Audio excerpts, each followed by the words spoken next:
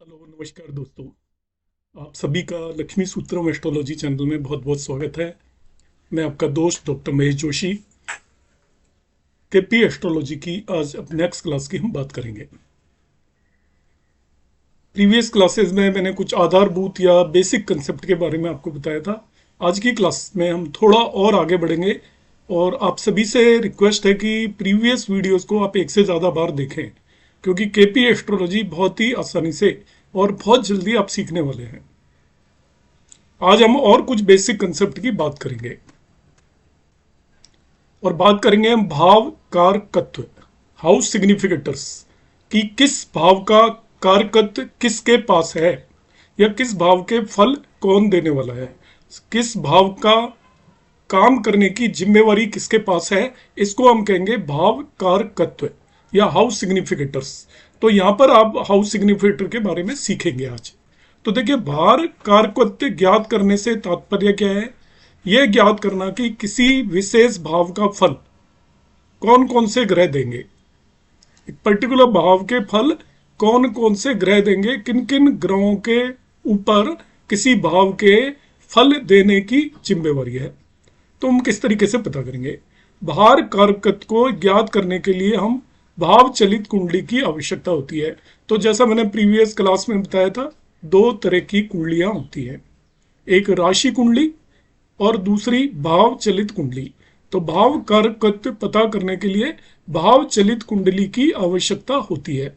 आप ध्यान से समझते जाइए, मैं अभी इसको एग्जाम्पल से भी आगे बताऊंगा। और चैनल अभी तक सब्सक्राइब नहीं किया है तो आप इसे सब्सक्राइब करें, जिससे वीडियोस आपके पास टाइम टू टाइम पहुंचे। और मेरे साथ रोज मैं एक वीडियो अपलोड करूंगा, आप देखते रहें और आप 15 से 20 दिन में केपी एस्ट्रोलॉजी को समझना शुरू कर देंगे। कृष्णमूर्ति जी ने भाव कारकत्व ज्ञात करने के लिए निम्न नियम बताए थे। इन सभी को मैं एग्जाम्पल से समझाऊंगा, आपको मैं पहले ही बता देता हूं। भाव में स्थित ग्रह के नक्षत्र में स्थित ग्रह, समझे, आप जिस भाव की भी बात कर रहे हैं उस भाव के अंदर जो भी ग्रह है उसके नक्षत्र में स्थित जो भी ग्रह होगा। मैं एग्जाम्पल के लिए बताऊं, सपोज हम दूसरे भाव के भाव कारकत्व देखना चाहते हैं, तो दूसरे भाव के अंदर सपोज बुध या मरकरी है। अब कुंडली में मरकरी के नक्षत्रों में, मरकरी के 3 नक्षत्र होते हैं, आपको पता है। मरकरी का नक्षत्र आपका आश्लेषा होगा, मरकरी का दूसरा नक्षत्र ज्येष्ठा होगा और तीसरा रेवती होगा। इनमें जो भी ग्रह स्थित है वो सबसे पहला सिग्निफिकेटर हो जाएगा, नंबर 1। क्या बता रहा हूं मैं? भाव में स्थित ग्रह के नक्षत्र में स्थित ग्रह, प्लेनेट इन स्टार ऑक्यूपेंट, जो भी उसके अंदर ग्रह है उसके नक्षत्र में जो भी प्लेनेट है। आपको पता है किसी भी प्लैनेट के रिजल्ट, कोई भी प्लैनेट अपने नक्षत्र लॉर्ड के रिजल्ट देता है, नक्षत्र लॉर्ड के रिजल्ट देता है। तो यहां पर सबसे पहला सिग्निफिकेटर हुआ, फिर से मैं रिपीट कर रहा हूं, भाव में स्थित ग्रह। अब जैसे मैं मान लेता हूं और एक एग्जांपल, 5वें भाव में सपोज शुक्र स्थित है, तो भाव में स्थित ग्रह हो गया शुक्र। तो शुक्र के नक्षत्र में जो भी ग्रह होंगे, शुक्र के नक्षत्र आपको पता है नंबर 2 भरणी हो जाता है। इसके बाद आपको पता है पूर्व फाल्गुनी और पूर्व आषाढ़ा, उनमें जो भी ग्रह स्थित है वो नंबर 1 सिग्निफिकेटर होगा और सबसे स्ट्रॉन्ग सिग्निफिकेटर होगा, ये ध्यान रखना है। दूसरा भाव में स्थित ग्रह, तो उस भाव में जो ग्रह है वो दूसरे नंबर का उस भाव का सिग्निफिकेटर होगा, मतलब उस भाव के रिजल्ट देने की जिम्मेवारी उसकी है। तीसरा जो होगा, भाव स्वामी के नक्षत्र में स्थित ग्रह। अब आपको भाव में जो राशि है उसका लॉर्ड देखना है, उसके नक्षत्र में जो ग्रह है वो तीसरा सिग्निफिकेटर होगा। समझा देता हूं, सपोज दूसरा भाव है और दूसरे भाव के अंदर 3 साइन है, मिथुन राशि है, तो उसका लॉर्ड हो गया बुध या मरकरी। तो मरकरी भाव स्वामी के नक्षत्र में स्थित ग्रह, मरकरी के स्थित नक्षत्र में जो भी ग्रह होगा वो तीसरा सिग्निफिकेटर हो जाएगा और चौथा हो जाएगा भाव स्वामी। तो मैं फिर से रिपीट कर रहा हूं, किसी भी भाव का सिग्निफिकेटर, जिसे हम हाउस सिग्निफिकेटर बोलते हैं, नंबर 1 सबसे स्ट्रॉन्ग और बली सिग्निफिकेटर होता है उस भाव में स्थित जो भी ग्रह है उसके नक्षत्र में स्थित ग्रह। दूसरा सिग्निफिकेटर होता है उस भाव में स्थित ग्रह, तीसरा सिग्निफिकेटर होता है उस भाव का जो भी स्वामी है, लॉर्ड ऑफ भाव, उसके नक्षत्र में स्थित ग्रह। और चौथा, Lord of that one particular house, उस भाव के स्वामी, चौथा आपका उस भाव का सिग्निफिकेटर होता है। अब ये जो कार्यस या सिग्निफिकेटर है जिसे हम कार्यस बोलते हैं, इसी क्रम में बलवान से कमजोर की तरफ बढ़ते हैं। मतलब ये सबसे स्ट्रांग होगा भाव में स्थित ग्रह के नक्षत्र में स्थित ग्रह, दूसरे नंबर पर भाव में स्थित ग्रह, तीसरे नंबर पर भाव के स्वामी के नक्षत्र में स्थित ग्रह, और चौथे नंबर पर भाव का स्वामी होगा। अर्थात पहले प्रकार का कार्य सबसे शक्तिशाली होगा और चौथे प्रकार का कार्य सबसे कमजोर होगा। तो आपको ये क्लियर हो गया होगा। अब मैं प्रैक्टिकली आपको बताऊंगा तो बिल्कुल आसानी से समझ में आ जाएगा। इसके लिए हम ये भाव चलित कुंडली का यूज करेंगे। तो ये भाव चलित कुंडली है, मैं पहले ही बता चुका हूं। भाव चलित कुंडली के अंदर दो भावों में, एक से ज्यादा भावों में सेम राशि भी आ सकती है, और कई ऐसा हो सकता है एकाध राशि किसी भी भाव में ना हो। जैसे यहाँ पे पहले और दूसरे भाव में 6 साइन है, मगर 7 है ही नहीं इस कुंडली में, 7 तुला राशि है ही नहीं। ऐसे ही 7वें और 8वें भाव में 12 राशि है और मेष राशि है ही नहीं। तो ये भाव चलित कुंडली है। अब मैं इसमें आगे आपको समझाऊंगा हम किस तरीके से निकालेंगे। तो अब आपको निकालने के लिए, भाव सिग्निफिकेटर निकालने के लिए 2 टेबलों की जरूरत पड़ेगी। एक टेबल होती है जिसे हम भाव चलित कुंडली से सभी ग्रहों के सिग्निफिकेटर लिखे होते हैं, उसमें सभी ग्रहों, 9 ग्रहों के नक्षत्र स्वामी और उप नक्षत्र स्वामी लिखे होते हैं। और कई कई अब कुंडली आप बनाओगे तो उसमें उसका साइन लॉर्ड, राशि स्वामी भी लिखा होता है। तो यहाँ पे ये ग्रह है, ये उन ग्रहों के नक्षत्र स्वामी है और ये उनके उप नक्षत्र स्वामी है। ये कुंडली होगी। दूसरी कुंडली यहाँ पर जो हम टेबल बनाएंगे, अब ध्यान से समझिए। अब हम एक तालिका का निर्माण करेंगे जिसे टेबल बोलते हैं, जिसकी सहायता से हम प्रत्येक भाव का कार्य या सिग्निफिकेटर ज्ञात करेंगे कि कौन से भाव का कार्य या सिग्निफिकेटर कौन है, मतलब किस भाव के फल कौन सा ग्रह देगा। इससे वेरी इंपॉर्टेंट जो प्रेडिक्शन हम करेंगे, फलित हम करेंगे, जो भी हम आगे किसी के बारे में कुछ बताएंगे, उसके लिए बहुत ही ज़्यादा इंपॉर्टेंट है। हालांकि दूसरी चीज़ मैं आपको पहले ही बता देता हूँ, मोबाइल ऐप वगैरह में ये पहले से ही दिया होता है, मगर आपको इसकी नॉलेज होना बहुत ज़्यादा जरूरी है, वरना आपको समझ में ही नहीं आएगा सिग्निफिकेटर का मतलब क्या है। तो अब मैं आपको समझा रहा हूं ध्यान से। इस कुंडली के अंदर 12 भाव हैं, उन भावों के कौन कौन फल देगा और कोई ग्रह किन किन भावों के फल देगा, दोनों चीजें यहां पर आपको समझ में आ जाएंगी। तो अब आप सबसे पहले एक एक करके देखिए, ध्यान से समझिए। सबसे पहले पहला भाव है, पहला भाव है ये जो मैंने टेबल बनाई है, उसके अंदर आप देखेंगे 6 कॉलम बना रखे हैं। पहले कॉलम में मैंने भाव लिखा हुआ है 1 2 3 4 5 6। दूसरे कॉलम में लिखा हुआ है सबसे स्ट्रॉन्ग जो सिग्निफिकेटर या कार्य होता है वो होता है भाव में स्थित ग्रह के नक्षत्र में स्थित ग्रह। दूसरे नंबर पर जो होता है वो होता है भाव में स्थित ग्रह। तीसरे नंबर पर होता है भाव स्वामी के नक्षत्र में स्थित ग्रह, और चौथे नंबर पर होता है भाव का स्वामी। ये 4 सिग्निफिकेटर होते हैं। तो अब मैं निकालना आपको बताऊंगा पहले भाव के सिग्निफिकेटर कौन से हैं, ध्यान से समझ लीजिए। तो अब इसमें क्या करेंगे, जो हमने 4 ये कॉलम बना रखे हैं, इसमें सबसे पहले मैं दूसरे कॉलम पर जाऊंगा, पहले पे नहीं जाऊंगा, ध्यान रखना। किस पे जाऊंगा? दूसरे कॉलम पर। तो क्या है? भाव में स्थित ग्रह। अब मैं पहला भाव देखना चाहता हूं, फर्स्ट भाव। तो भाव में स्थित है कोई ग्रह? तो आपको दिखाई दे रहा होगा यहाँ पहले भाव के अंदर कोई भी ग्रह नहीं है। तो कोई नहीं है तो यहाँ पे कोई नहीं लिख दिया। अब भाव में जब कोई ग्रह है ही नहीं तो उसके नक्षत्र में ग्रह होने का सवाल ही नहीं उठता। तो भाव में स्थित ग्रह के नक्षत्र में स्थित ग्रह भी क्या लिख दिया हमने? कोई नहीं। क्यों नहीं है? क्योंकि भाव में जब ग्रह नहीं है तो उसका नक्षत्र भी नहीं है, तो उसमें कोई ग्रह होगा कैसे। अब मैं तीसरा और चौथा केस, सबसे पहले मैं चौथा पार्ट लूंगा। जैसे मैंने यहाँ पे सबसे पहले दूसरा पार्ट लिया था, अब चौथा लूंगा। भाव स्वामी, भाव का स्वामी। तो 6 साइन है तो इसका स्वामी 6 वर्गो या कन्या राशि का स्वामी बुध या मरकरी हो जाता है, तो ये बुध हो गया। अब ध्यान से समझिएगा, भाव स्वामी के नक्षत्र में स्थित ग्रह, भाव स्वामी कौन है? बुध। बुध के नक्षत्र में स्थित ग्रह। अब यहाँ पे आ जाइए इस पर्टिकुलर टेबल पर, ये नक्षत्र लॉर्ड है, ध्यान रखना। दूसरे नंबर का जो कॉलम है इसमें नक्षत्र लॉर्ड है। तो नक्षत्र लॉर्ड में कोई बुध है क्या? देखो आप, बुध नहीं है इसके अंदर। तो ये बुध किसी भी नक्षत्र, किसी भी ग्रह का नक्षत्र लॉर्ड नहीं है। इसका मतलब बुध के ग्रह में कोई भी बुध के नक्षत्र में कोई भी ग्रह नहीं है, इसलिए कोई नहीं आया। तो यहाँ पे पहले पार्ट में भी कोई नहीं, दूसरे में भी कोई नहीं, तीसरे में भी कोई नहीं, केवल चौथे में बुध आया है। तो फर्स्ट भाव का जो सिग्निफिकेटर या कार्य इस बुध हो गया। आप समझते जाइए, मैं करीब करीब अब आपको सभी की समझाने की कोशिश करूंगा। अब दूसरे भाव में आ जाते हैं। तो दूसरे भाव में सबसे पहले मैं क्या निकालूंगा, भाव में स्थित ग्रह।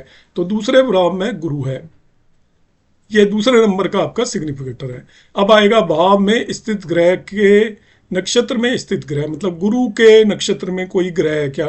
तो इसकी दूसरी नंबर की टेबल जाइए, यहाँ पर गुरु देखिए, ये देख लीजिए गुरु आ गया। तो गुरु नक्षत्र स्वामी किसका है, देखिए गुरु का ही है। तो गुरु के नक्षत्र में एक तो गुरु है, और कई गुरु है कि यहाँ पे देखिए एक से ज्यादा जगह पर हो सकता है, एक ही गुरु है। तो गुरु के नक्षत्र में स्थित ग्रह गुरु ही हो गया, ये मैंने लिख लिया है। अब मैं आ जाऊंगा भाव का स्वामी। तो दूसरे भाव का स्वामी फिर से बुध है। तो यहां पर देखिए भाव स्वामी बुध लिखा बने। अब बुध के भाव स्वामी के नक्षत्र में स्थित ग्रह का मतलब बुध के नक्षत्र में स्थित ग्रह। तो यहां पर बुध इस दूसरी टेबल में आ ही नहीं रहा, तो बुध किसी का भी नक्षत्र स्वामी नहीं है, इसलिए बुध के नक्षत्र में कोई भी ग्रह नहीं है, तो कोई नहीं लिख दिया।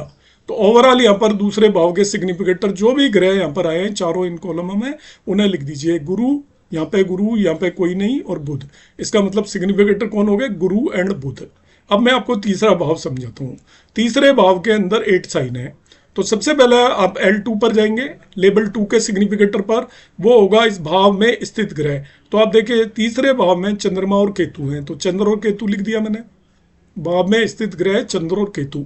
अब आएगा भाव में स्थित ग्रह के नक्षत्र में स्थित ग्रह, चंद्रमा और केतु के नक्षत्र में स्थित ग्रह। तो इसकी दूसरी कॉलम में आ जाइए। सबसे पहले चंद्रमा देखिए, यहाँ पे है क्या, चंद्रमा है ही नहीं, इसका मतलब चंद्रमा के नक्षत्र में कोई ग्रह नहीं है। अब दूसरा हम देखते हैं केतु है क्या, तो यहाँ पे देखते हैं केतु भी नहीं है इसमें, तो केतु भी किसी का नक्षत्र स्वामी नहीं है, इसका मतलब आपका कोई नहीं है यहाँ पर। भाव में स्थित ग्रह के नक्षत्र में, तो चंद्र और केतु किसी के भी नक्षत्र स्वामी नहीं है, तो कोई नहीं आ गया। अब मैं आऊंगा भाव का स्वामी फोर्थ, L4। तो यहाँ पर 8 साइन है, 8 राशि है वृश्चिक, जिसका स्वामी हो जाएगा मंगल, तो भाव स्वामी मंगल हो गया।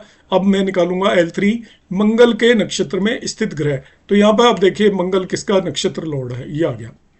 तो मंगल किसका नक्षत्र लॉर्ड है, शुक्र। शुक्र मंगल के नक्षत्र में है, और तो कहीं मंगल नहीं है, तो देखिए मैंने यहाँ पे शुक्र लिख दिया। इस तरीके से अब तीसरे भाव के सारे सिग्निफिकेटर, ये 4 प्लैनेट आ गए, चंद्रमा, केतु, शुक्र और मंगल, मैंने इनको यहाँ पर लिख दिया है। अब आप इसी तरीके से मैं और आपको 1-2 एग्जाम्पल बताने की कोशिश करता हूँ। सपोज हम छठे भाव का देखना चाहते हैं, ध्यान से समझिए। छठे भाव का छठा भाव ये हो गया, इसमें कोई भी ग्रह नहीं है, तो भाव में स्थित ग्रह में क्या लिख देंगे, कोई नहीं। अब भाव में कोई ग्रह स्थित नहीं है, तो उसके नक्षत्र में ग्रह होने का सवाल ही नहीं उठता, तो ये भी कोई नहीं आ गया। अब हम देखेंगे भाव स्वामी L4। तो 11 साइन का भाव स्वामी शनि हो गया, तो L4 में शनि आ गया। अब L3 में आएगा शनि के नक्षत्र में स्थित ग्रह। तो यहाँ पे शनि देखो, एक बार केतु आ रहा है, फिर दूसरी बार शनि में शनि आ रहा है, फिर तीसरी बार बुध, और चौथी बार चंद्र। तो 4 ग्रहों का नक्षत्र स्वामी है शनि। तो शनि के नक्षत्र में ये 4 ग्रह हैं, तो ये चारों ग्रह L3 टाइप के आपके सिग्निफिकेटर हो गए, चंद्र, बुध, शनि और केतु। यहाँ पे हमने लिखा देखिए केतु, शनि में फिर शनि आ रहा है, शनि में फिर बुध आ रहा है, फिर शनि में चंद्र आ रहा है। तो ये 4 आपके ग्रह आ गए, और शनि पहले से ही था। 6 भाव के सिग्निफिकेटर हो गए, चंद्र, बुध, शनि और केतु। अभी मैं आपको और बता देता हूं। सपोज हम 9वें भाव का चाहते हैं, ये 9वां भाव रहा, इसके कौन कौन सिग्निफिकेटर हैं। तो सबसे पहले L2 निकालेंगे, भाव में स्थित ग्रह, वो हो गया शुक्र, मंगल और राहु। तो देखिए मैंने 9वें भाव में शुक्र, मंगल और राहु लिख दिया। अब शुक्र और मंगल और राहु के नक्षत्र में स्थित ग्रह देखेंगे एक एक करके। सबसे पहले देखिए शुक्र है क्या, यहाँ पर आपको शुक्र नजर नहीं आ रहा, तो शुक्र के नक्षत्र में कोई भी ग्रह नहीं है। अब दूसरे नंबर पर आप देखेंगे राहु, यहाँ पे देखते हैं राहु है क्या, तो राहु है, उसके नक्षत्र में एक ग्रह है सूर्य, तो देखिए हमने यहाँ पर सूर्य को लिख दिया। फिर तीसरा मंगल है, तो मंगल में देखिए मंगल के नक्षत्र में एक ग्रह है, वो शुक्र। तो L1 हो गए आपके सूर्य एंड शुक्र। अब आ जाते हैं हम L4 जाएंगे। सबसे पहले भाव का स्वामी, तो उसका स्वामी होगा शुक्र। तो 2 का स्वामी शुक्र है, ये लिख दिया देखिए हमने शुक्र। अब शुक्र के नक्षत्र में स्थित ग्रह, तो यहाँ पे देखिए शुक्र कहीं आ रहा है क्या? शुक्र कहीं भी नहीं आ रहा, तो उसके नक्षत्र में कोई ग्रह होने का सवाल ही नहीं उठता। तो शुक्र के नक्षत्र में कोई भी नहीं है। और इस तरीके से हमने 9th हाउस के में जो भी प्लेनेट आए उन सभी को नोट किया। तो वो आया सूर्य, शुक्र, शुक्र फिर रिपीट हो रहा है, राहु और मंगल, शुक्र फिर रिपीट हो रहा है। तो सूर्य, शुक्र, मंगल और राहु, इस तरीके से हम सभी भावों के कार्य निकाल सकते हैं। उम्मीद है आपको समझ में आ गया होगा। और मैं 11वें भाव का बता देता हूं जिससे आपको कोई डाउट ना रहे। तो L2 निकालेंगे सबसे पहले। भाव में स्थित ग्रह वो है बुध और शनि, ये लिख दिया हमने, बुध और शनि। अब इनके नक्षत्र में स्थित ग्रह, बुध के नक्षत्र में कोई ग्रह है क्या? तो यहाँ पे देखिए बुध ही नहीं। और शनि के नक्षत्र में आपको मालूम है 1 2 3 4 जगह शनि आ रहा है। तो 4 ग्रह है, वो है केतु, शनि, फिर आ रहा है शनि के नक्षत्र में बुध और शनि के नक्षत्र में चंद्र, ये चारों लिख दिए हमने। अब आ जाते हैं हम L4। तो 4 साइन है, इसका आपका लॉर्ड हो गया स्वामी, दैट इज चंद्रमा। तो यहाँ पे चंद्र आ गया। अब चंद्र के नक्षत्र में स्थित ग्रह वो L3 होगा। तो चंद्र कहाँ पे है? यहाँ पे देखिए, इसमें है क्या कहीं चंद्र? तो चंद्र कहीं भी नहीं नजर नहीं आ रहा, तो उसके नक्षत्र में कोई भी ग्रह नहीं होगा। तो 11वें भाव के सिग्निफिकेटर हो गए चंद्र, बुध, शनि, केतु। शनि और बुध फिर रिपीट हो रहे हैं, चंद्र फिर रिपीट हो रहे हैं, तो ये 4 ग्रह हो गए। इस तरीके से हम हर एक भाव का सिग्निफिकेटर निकालेंगे। अब देखिए मैं आपको अगली नेक्स्ट ये टेबल को ले आया हूं। ये वही टेबल है जो हमने पिछले पेज पे की थी। देखिए इस वाली टेबल को मैं फिर रिपीट कर रहा हूं नेक्स्ट पेज पर। ये वही टेबल है, इसके अंदर पहले भाव के सिग्निफिकेटर ये लिखा हुआ है जो हमने निकाला था, दूसरे भाव का सिग्निफिकेटर ये लिखा हुआ है, तीसरे भाव का सिग्निफिकेटर यहाँ लिखा हुआ है। अब एक नई टेबल प्रिपेयर करेंगे, इससे हमें पता चलेगा कौन सा ग्रह किन किन भावों का सिग्निफिकेटर है। बहुत इंपॉर्टेंट है। आपको जिस भी भाव के रिजल्ट निकालने हैं तो वो आपको उसकी जो उस भाव का सिग्निफिकेटर ग्रह है उसकी दशा में ही मिलेंगे। तो हमें भाव का सिग्निफिकेटर निकालना सीखें आप यहाँ पर। को नहीं, ग्रह किन किन भावों के सिग्निफिकेटर हैं ये हम निकालेंगे। अब यदि हमें ये बताना है कि कौन सा भाव का फल कौन से ग्रह देंगे तो इस टेबल की सहायता से हम निकालेंगे। तो सबसे पहले मैंने इस कॉलम के अंदर सभी 9 ग्रह लिख लिए, नवग्रह। अब सूर्य देखना है मुझे किन किन भावों का सिग्निफिकेटर है। तो इसकी लास्ट वाली टेबल में देखिए और सूर्य कब कब आ रहा है। तो देखिए पहले भाव में सूर्य नहीं आ रहा है, दूसरे में नहीं आ रहा है, तीसरे में भी नहीं है, चौथे में भी नहीं है, 5वें में भी नहीं है, 6ठे में भी नहीं है, 7वें में भी नहीं है, 8वें में भी नहीं है। या 9वें भाव में देखिए सूर्य आ रहा है, 10वें भाव में सूर्य आ रहा है, 11वें में सूर्य नहीं है और आपके 12वें भाव में सूर्य आ रहा है। तो सूर्य आ रहा है आपका 9वें भाव, 10वें भाव और 12वें भाव। तो सूर्य क्या आगे हमने लिख दिया 9वां, 10वां और 12वां भाव। तो इस जातक के लिए सूर्य 9वें, 10वें और 12वें भाव का सिग्निफिकेटर हो गया। उसके रिजल्ट देने की जिम्मेवारी इसके पास है। अब देखने चाहते हैं हम चंद्र को, चंद्रमा। तो वही करेंगे हम, लास्ट वाली टेबल में जाइए आप, लास्ट वाले कॉलम के अंदर। क्या पहले भाव में चंद्रमा है? नहीं। दूसरे में चंद्रमा नहीं है, तीसरे में आ गया। तो यहाँ पे चंद्रमा के आगे हमने 3 लिख दिया, देखिए तीसरा भाव। फिर चौथे में भी नहीं है, 5वें में आ गया, 6ठे में आ गया, तो 5वां और 6ठा लिख दिया। देखिए 7वें में भी चंद्रमा नहीं है, 8वें में भी नहीं है, 9वें में भी नहीं है, 10वें में भी नहीं है, 11वें में है। तो चंद्रमा के आगे 11 लिख दिया। तो चंद्रमा इस नाटक के लिए तीसरे, 5वें, 6ठे और 11वें भाव के फल देगा। समझ में आ गया होगा आपको। और मैं एग्जांपल लेता हूं, गुरु देखना है आपको। मैं सारे एग्जांपल नहीं बता रहा हूं, आप इसको घर पर बैठ के प्रैक्टिस करें तभी आप सीखेंगे, मगर आपको समझ में यहाँ पे आ जाएगा। अब गुरु देखना है मुझे, तो देखता हूँ पहले भाव में गुरु है क्या? नहीं। दूसरे में गुरु है, देखिए। तो गुरु के आगे देखिए मैंने क्या लिख दिया, 2। फिर तीसरे में गुरु नहीं है, चौथे में गुरु है, तो गुरु के आगे फिर देखिए 4 लिख दिया है। 5वें में गुरु नहीं है, 6ठे में गुरु नहीं है, 7वें और 8वें में गुरु है। तो 7वां लिखा मैंने गुरु का आगे, 8वां लिखा। 9वें में गुरु नहीं है, 10वें में गुरु नहीं है, 11वें में गुरु नहीं है, 12वें में गुरु नहीं है। तो अब मैंने इस तरीके से गुरु किन किन भावों के रिजल्ट आपको देगा। तो उम्मीद है आपको ये आज की क्लास अच्छे से समझ में आ गई होगी कि हम भावों के सिग्निफिकेटर कौन कौन से ग्रह हैं ये पता कर सकते हैं, और ग्रह किन किन भावों के परिणाम या फल आपको देंगे वो हम यहाँ पर पता कर सकते हैं। आपको आज का ये वीडियो कैसा लगा आप कमेंट बॉक्स में जरूर कमेंट करिएगा। यदि आपको कोई चीज़ समझने में परेशानी हो रही है तो वो भी बताएंगे, जिससे कि मैं आने वाली क्लासेस में कुछ इम्प्रूव करने की कोशिश करूंगा। आप और हम लोग लगातार जुड़े रहें, उसके लिए आप मेरे इस चैनल को सब्सक्राइब भी कर सकते हैं। नमस्कार, धन्यवाद, जय श्री राम।